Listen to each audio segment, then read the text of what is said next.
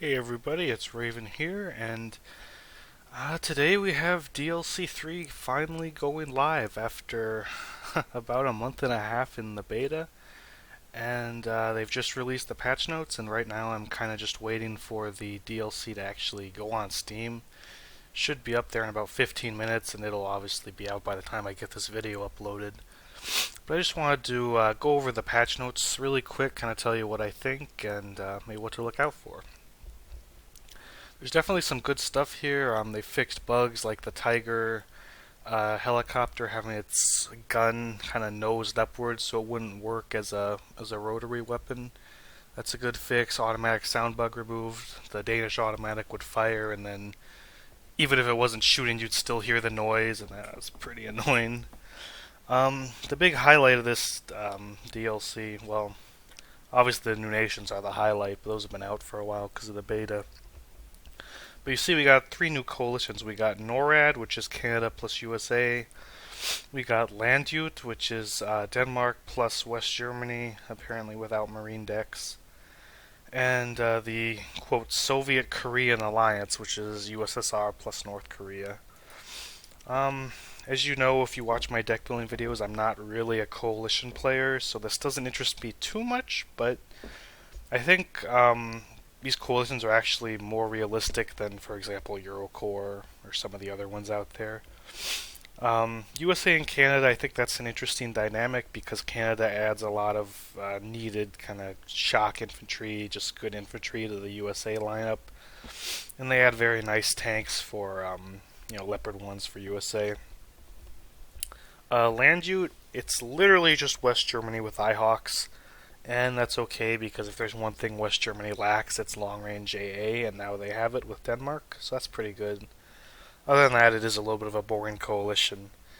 And then there's Soviet Korean Alliance, which literally adds a T90, an extra T90 card to USSR. And some people would say the B5, but I'd probably just as soon take the IL 102 over that.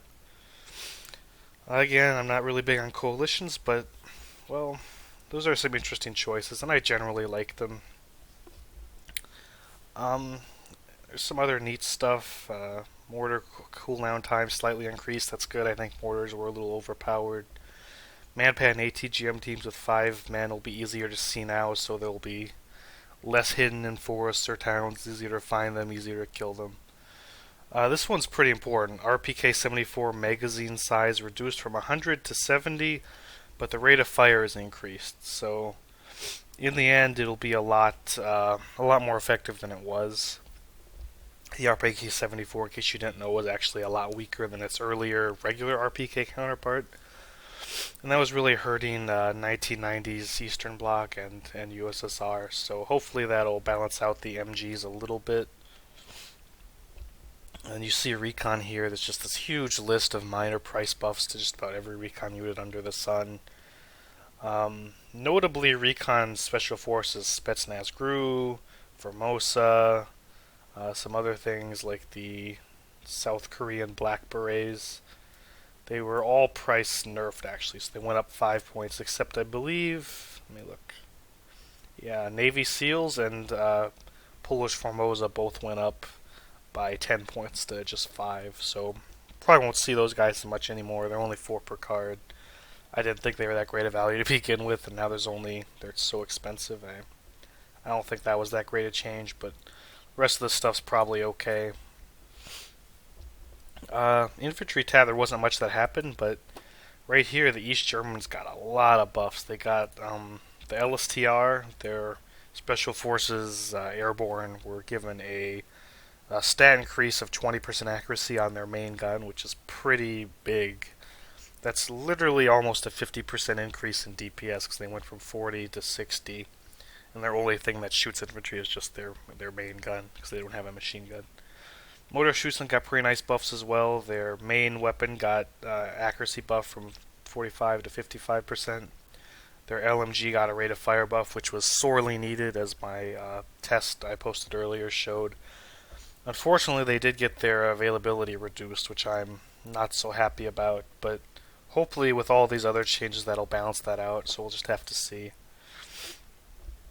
In terms of tanks, not just too much here. The T90S got a little bit of a speed buff. This one's odd. The T64BM was price increased from 85 to 90, but last patch it decreased from 90 to 85, so they just reverted that. God knows why you never see the T64BM, and I used to really like it in ALB, but now it's too expensive next to its T72B counterpart. And then some minor things like this Chinese tank got from 2 to 3 top armor. That's a pretty big change because it'll survive stuff a lot easier, artillery, bombers, etc. T80 got its accuracy and stabilize increased by 10%. This is just the base T80. That's I guess that's a good change. The T80's been really languishing. It hasn't been used since ALB, really. Just very underutilized, underperforming. It is a tank from like the 70s. It's not even the T80 1980 version. It's like it just wasn't very good. It's not a very modern tank, and I don't really care. But a lot of people were really looking for this. So if you're a T80 advocate, then good on you. Enjoy the buff. Probably the biggest change is actually in terms of just the patches and the changing stats and whatnot. Is the Soviet Buratino was moved to the support tab. That is a much needed change because before the Buratino was in the vehicle tab, and literally every USSR deck could take it without even thinking about it. Vehicle tab always is the place where you just put extra points, and there's no real cost to having something there. And so now Soviet players will have to make the choice between a Uragan or a Smerch or a Buratino, and that's just a really good change. There was way too many Buratinos, and I think they're kind of one or two's okay, but when you have like a whole team shooting Buratinos all the time, it really degrades gameplay, and I'm really glad they did that. So good job, Eugen. Another really nice change is, but just below that, the Rapier FSA, which is the basically main AA unit of British and Anzac, had its anti-plane range given a nice buff. Also price increase, but that's not so bad. This was really nice because Anzac and British both have significant trouble with, just anti-air in general. They could have used a lot more buffs to their air defense nets than just that, but I'll certainly take that.